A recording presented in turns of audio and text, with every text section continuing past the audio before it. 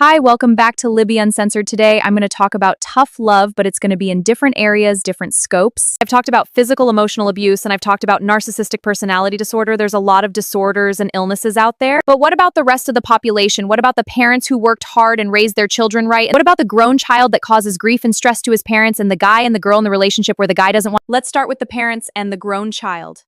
Parents, what you have to remember, once they're 18, it's out of your hands. And what I mean by that is the fact that you have to believe and have faith in God and have faith in the way that you raised your child and pray that's enough. How do you reach your children after they're grown? What boundaries do you set, if any at all, when you know your child is in trouble?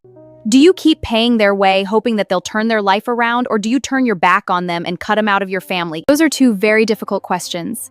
The times we live in today are way, way different than our grandparents or even our parents. The times that we live in today, people work more than one job, some work three. It's very hard to raise your children when you have to work all the time just to pay your bills and provide food, etc. Do you keep your faith and you pray your children that God will intercede and help them to turn their lives around before they make that one mistake that can't be fixed? Sometimes we wonder as parents if we've done enough or could we do more? Unfortunately, that's where you're limited as far as your state laws go. Which parent are you, the kind that sweeps your child's problems under the rug out of public view, or are you overbearing with your children, or you either pay their way or disown them? The answer is none of the above. A parent should know when to intercede in their child's life and when to pull back. This is where what I said gets tricky, considering each state has different laws governing a parent's rights after their child becomes an adult. So what can we do as parents? Depending on how hard you fight for your children, you can write to your Congress or whoever governs your state. That can be very difficult because it is very hard to get Congress or governing states to change certain laws, especially parents versus grown children.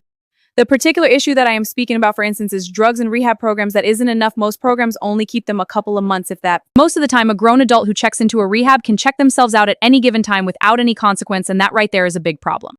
Do you realize that most of the county, state, and federal jails house more drug offenses than anything? While that might be an over-exaggeration, there still should be facilities in place that parents can get permission from the courts to send their adult children. With that being said, that doesn't mean that you shouldn't provide ample proof to the court system that shows the parents should be allowed to intercede. Congress should set a law in place for parents with grown children. If the child is incapable of making good decisions concerning their well-being, parents should be allowed to intercede. But because some parents would abuse the system and there should be certain requirements, documents, etc. before even being considered. I'm not judgmental, I'm stating the facts here. The courts would not be overran with these issues because most parents have disowned their children or have problems themselves. If I pissed you off, that's because you know it's the truth. However, the handful of parents who do love their children and would give everything that's what's required should have the right to help their children. Is there a lot involved, of course, when you're talking to a government official? Congress, yes, but drugs are a big issue these days. If parents can provide what is court required, and those are the keywords, court required.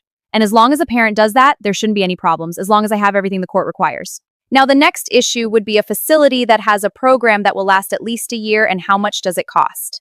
I am going to be realistic. Not every grown child or a person, even with a rehab center that keeps them for a year, may stay clean. It's up to the individual. After a year of rehabilitation, the grown child or the person has to want to stay away from the elements that pulled them in to begin with and stay away from those places as well. The next topic for the next show will be about relationships. What is considered relationship? What is not? Thank you so much. Have a great rest of your day.